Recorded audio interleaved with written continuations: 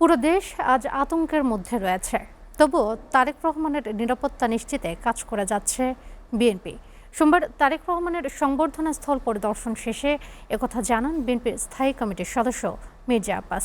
এদিকে শেষ মুহূর্তের কাজ চলছে ৩০০ ফিটের সংবর্ধনা মঞ্চে। শাহরিয়ার জামান দ্বীপের প্রতিবেদন।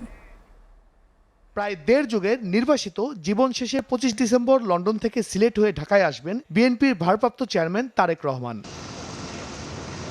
তারেক রহমানের দেশে ফেরা উপলক্ষে রাজধানীতে সংবর্ধনা দেওয়ার প্রস্তুতি নিচ্ছে দলটি। এ উপলক্ষে সংবর্ধনা অনুষ্ঠানের মঞ্চ তৈরির কাজ শুরু হয়েছে ৩০০ ফিট এলাকায়। বিশ্বরোড থেকে পূর্বাচলমুখী ৩০০ ফিট সড়কের একটি অংশ নিয়ে চলছে মঞ্চ তৈরির কাজ। যে কোনো মূল্যে আগামীকাল সম্পূর্ণ কাজ শেষ করতে চায় সংবর্ধনা উদযাপন কমিটি।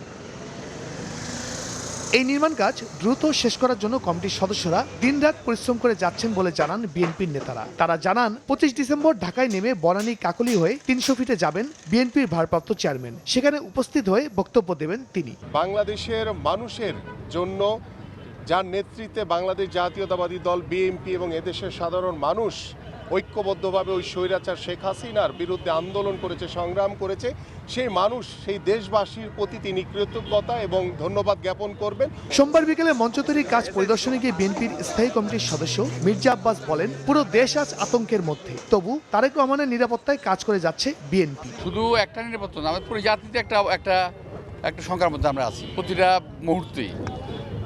তো নিরাপত্তা যতটুকু এনশিওর করা দরকার আমরা চেষ্টা করতেছি, বাকিটা আল্লাহর হাতে। বাংলাদেশ বিমানের নিয়মিত বাণিজ্যিক ফ্লাইটে তারেক রহমান রাজধানীর হযরত শাহজালাল আন্তর্জাতিক বিমানবন্দরে অবতরণ করবেন ২৫ ডিসেম্বর। এরপর সেখান থেকে যাবেন সংবর্ধনা স্থলে। শাহরিয়ার জামান দ্বীপ, এসএটিভি, ঢাকা।